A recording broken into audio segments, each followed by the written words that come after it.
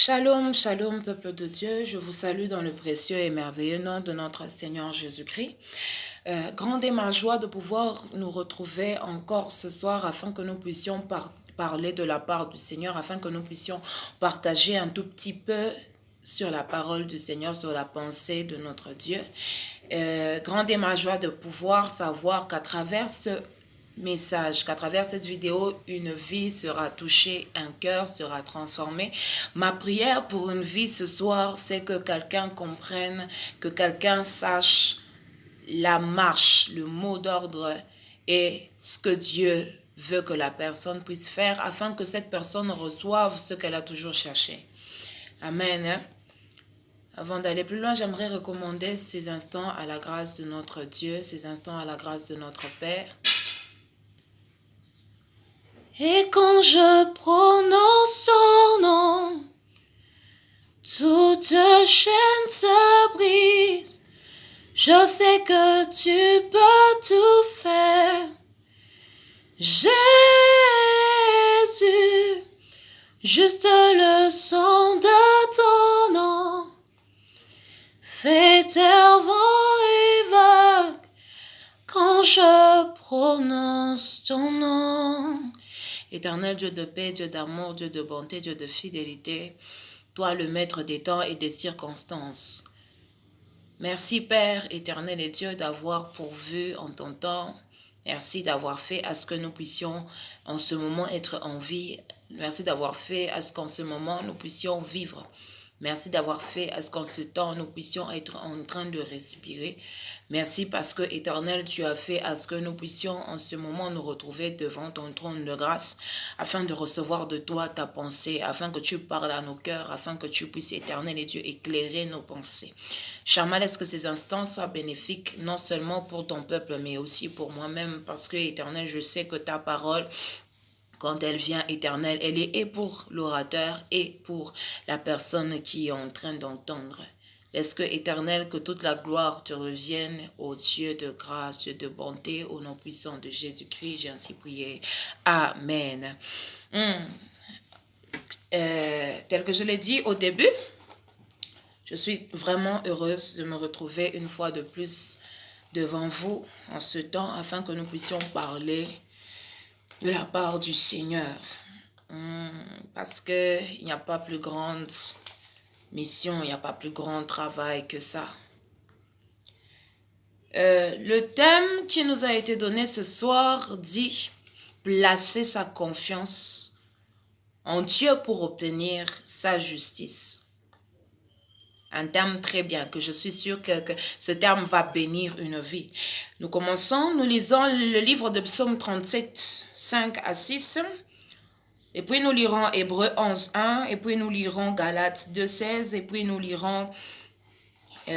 relirons Ésaïe 54, 17, 1, puis Romains 8, 1. Ce sont des textes qui vont nous permettre de parler ce soir. La Bible dit dans le psaume 37, 5 à 6, « Recommande ton sort à l'Éternel, mets en lui ta confiance et il agira. Il fera paraître ta justice comme la lumière et ton droit comme le soleil à son midi. » Hébreux 11 dit, « Or la foi est une ferme assurance des choses qu'on espère, une démonstration de celles qu'on ne voit pas. » Galates 2, 16 dit ceci, « Néanmoins, sachant que ce n'est pas par les œuvres de la loi que l'homme est justifié, mais par la foi en Jésus-Christ, afin d'être justifié par la foi en Christ, et non par les œuvres de la loi, parce que nulle chair ne sera justifiée par les œuvres de la loi. » Amen.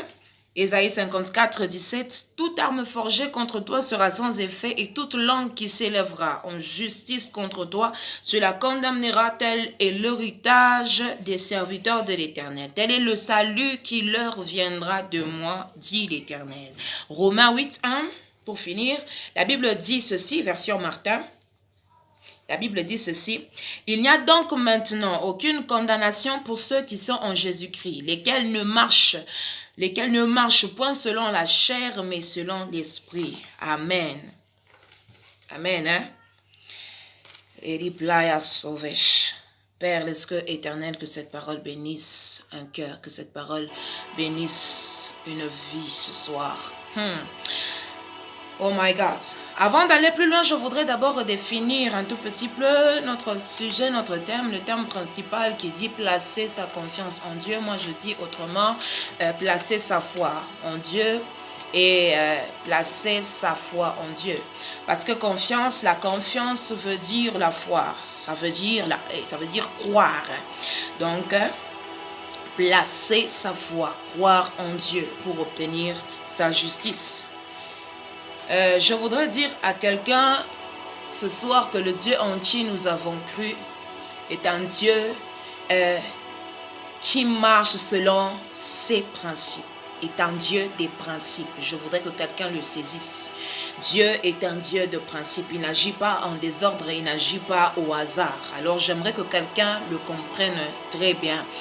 Le thème de ce soir est un thème très puissant, un thème très important qu'il faudrait que nous puissions savoir. Des fois, nous nous trompons en croyant que des fois nous nous trompons en croyant que Dieu est obligé d'agir dans nos vies parce que nous prions. Des fois, nous faisons l'erreur de croire que Dieu a l'obligation de travailler, d'agir dans nos vies. Pendant que Dieu n'est pas comme ça. Des fois, tu pries, tu ne vois pas la réponse. Tu ne reçois pas des réponses à tes prières. Pourquoi? Parce que la façon dont tu pries, elle est mauvaise. Tu pries mal. Il faudrait que tu puisses savoir que il est important de travailler et d'agir selon la volonté de Dieu. Il est important de travailler en fonction de ce que Dieu veut que tu puisses faire. Amen. Donc, on commence maintenant. Quand nous lisons juste d'abord le sujet, placer sa confiance pour obtenir, nous voyons là qu'il y a une condition qui est placée. Il y a une condition qu'on a posée. Tu veux obtenir la justice. Tu veux être justifié. Tu veux obtenir tous les gains qui sont liés au fait, donc qui sont liés à Dieu. Tu veux obtenir les bénédictions que seul Dieu peut donner. Tu veux voir Dieu agir dans ta vie. Tu veux voir Dieu se manifester dans ta vie. Laisse-moi te dire qu'il faut d'abord, premièrement, que tu puisses avoir la foi en Dieu. Il faudrait d'abord que tu places ta foi et ta confiance en Dieu. Parce que laisse-moi te dire que le salut n'appartient pas à tout le monde, mais le salut appartient à ceux qui ont décidé et qui ont pris la décision de placer leur foi en Christ. Laisse-moi te le dire encore. Le salut n'est pas pour tout le monde, mais le salut est pour tous ceux qui ont pris la décision d'abandonner leur vie, qui ont pris la décision de croire en Dieu, qui ont pris la décision de placer leur foi complète en Dieu, qui ont pris la décision de le suivre, de l'accepter lui comme maître et comme Seigneur. Et en acceptant Christ comme maître et comme Seigneur, c'est alors que nous accédons au salut. Amen. Et en acceptant Christ comme Seigneur et Sauveur, les gens aiment bien beaucoup plus la partie qui dit Sauveur, oubliant la partie Seigneur. Parce que quand tu voudrais qu'il vienne te sauver, il faudrait d'abord qu'il soit ton Seigneur. Ah, j'aime ça. Il faudrait d'abord qu'il soit ton Seigneur. Ceci veut dire quoi? Tu dois marcher d'abord conformément à sa volonté. Tu dois agir conformément à ce qu'il veut. Tu dois travailler en fonction de ce que lui dit. Tu dois obéir complètement et totalement à Dieu. My God. Je voudrais dire à quelqu'un ici que la foi, la dimension de la foi appartient aux hommes qui sont sauvés. Parce que quelqu'un qui veut placer la confiance est une personne qui a d'abord accepté de se laisser guider, qui a accepté de se laisser conduire. La personne a accepté de laisser Jésus prendre place dans sa vie. La personne a accepté de laisser Christ prendre les rênes de sa vie et de le conduire. C'est alors par après que tu as le salut, c'est par après que tu es justifié en acceptant temps de marcher conformément à sa volonté. L'obéissance n'est pas l'apanage d'un homme charnel, mais l'obéissance c'est l'apanage d'un être, d'un homme et d'une femme qui a accepté de mourir et de ressusciter avec Christ. De mourir avec Christ et de ressusciter avec lui.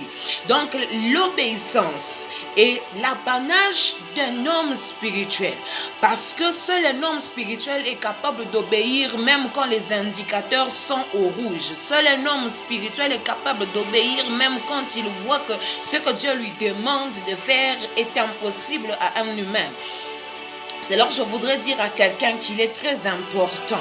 Donc, il est très important de savoir ceci.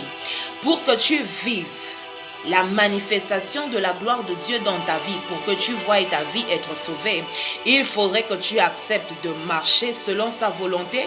Il faudrait que tu acceptes de marcher selon ses desseins. Il faudrait que tu acceptes de marcher selon son vouloir à lui. Il faudrait que tu acceptes de marcher conformément à sa volonté. Il faudrait que tu acceptes, en étant un homme de foi, d'accepter de marcher selon la volonté de Dieu, la volonté divine. Ce que Dieu veut que tu fasses, c'est ce que tu fais. Et par après que tu pourras recevoir la justice. Amen. Donc, pour que tu puisses vivre la justice de Dieu, il faudrait que tu puisses obéir complètement et totalement à sa volonté.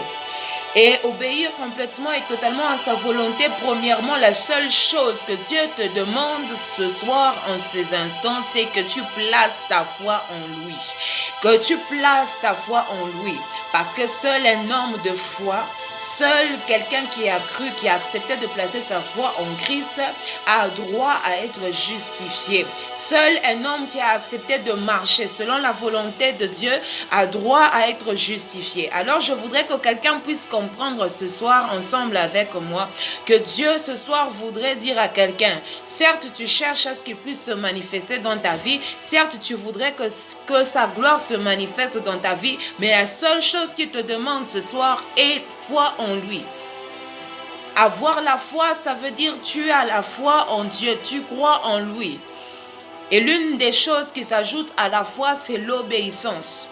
Donc, deux choses importantes, avoir foi et obéir à Dieu. Parce que l'obéissance est la démonstration même de la foi. Rediploia. Oui, je voudrais que quelqu'un le saisisse et qu'il le comprenne. Que Dieu nous bénisse tous au nom puissant de Jésus. Amen.